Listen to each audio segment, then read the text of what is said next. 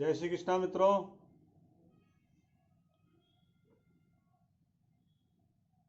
आज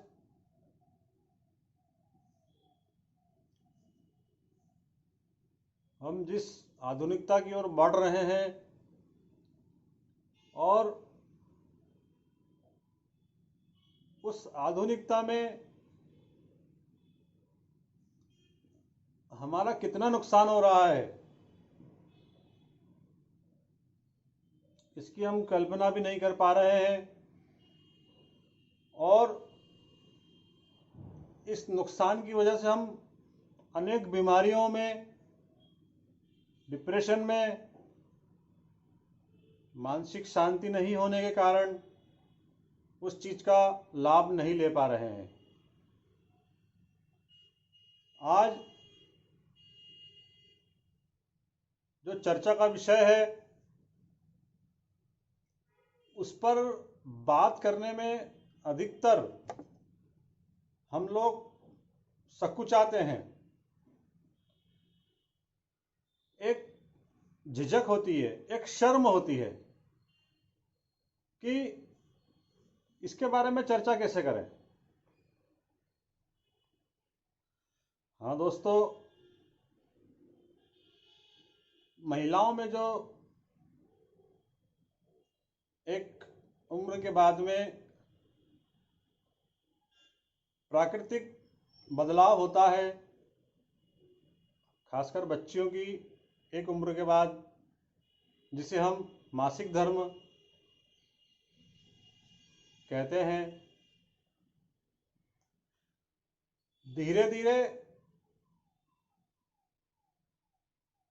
उस चीज को जो हमारे बुजुर्ग कहा करते थे और जो हमारे शास्त्रों में लिखा रहता था कि इन दिनों में महिलाओं को पूर्ण रूप से आराम करना चाहिए। पुराने बुजुर्ग ऐसी स्थिति में जो महिलाएं रहती थी या जो कन्याएं रहती थी, उन्हें 3-4 दिन तक पूरा आराम दिया जाता था और उन्हें पौष्टिक भोजन कराया जाता था। उन लोगों का और हमारे आयुर्वेदाचार्यों का कहना था कि इस दौरान महिलाओं के शरीर से सारी गंदगी निकलती है और शरीर का शुद्धिकरण होता है, और उस दौरान महिलाएं बहुत अपने आप को कमजोर महसूस करती है। इसी वजह से उन्हें आराम दिया जाता था। और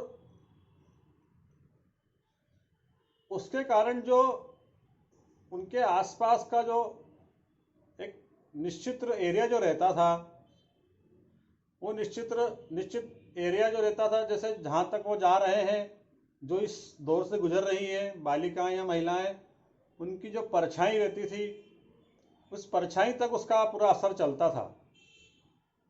आपने अगर गौर किया हो तो पहले की महिलाएं, जो हमारी बुजुर्ग दादी नानी हुआ करती थी, वह कहती थी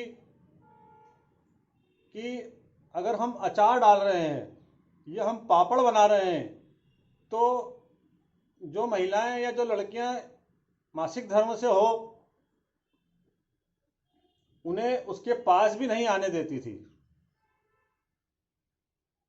क्योंकि उस चीज की परछाई से वो चीज खराब हो जाती थी। और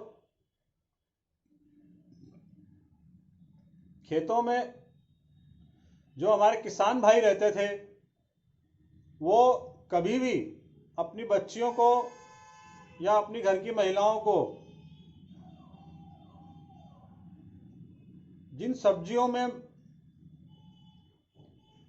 जैसे बेल हो, उसके आसपास नहीं जाने देते थे, क्योंकि उसके फल खराब हो जाते थे। और ये बिल्कुल सत्य है।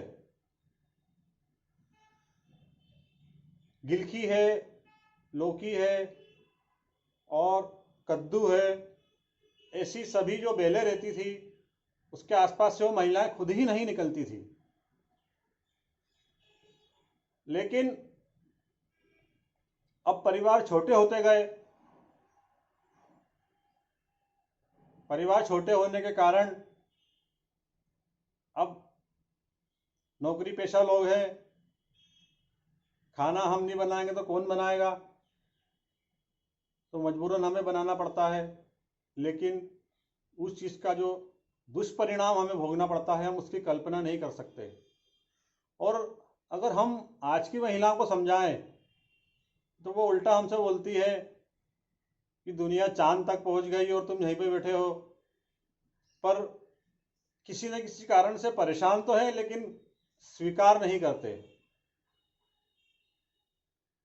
इसलिए मेरा सभी माताओं बहनों से निवेदन है और बच्चियों से भी निवेदन है कि खासकर इस दौरान कम से कम 3 दिन का परहेज जरूर रखें। और अपने पुरुषों से निवेदन करना चाहूँगा, भाइयों से मैं, कि इस दौरान अपने घर की जो महिलाएं हैं या अपने घर की जो लड़कियां हैं उन्हें आप 3 दिन तक बिल्कुल बेड रेस्ट दें और उन्हें आराम करने दें, उन्हें किसी काम में नहीं लगाएं। इससे हमारा मन भी दूषित नहीं होगा, हमारे मन में एक सात्विक भाव आएगा और हम अपनी बच्चियों को, अपनी माताओं को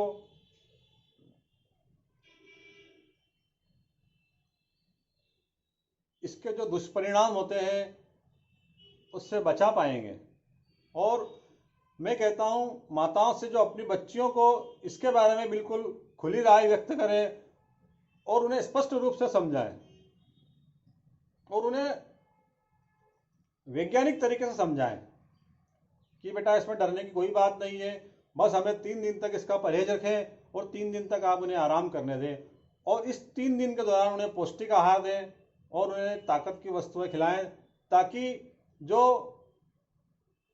शरीर की क्षतिपूर्ति हो सके और उन्हें वापस ऊर्जावान बना सके।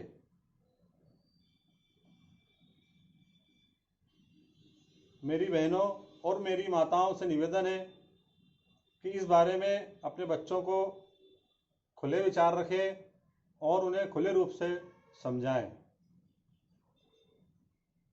जय श्री कृष्णा मित्रों, जय हिंद, जय माता की।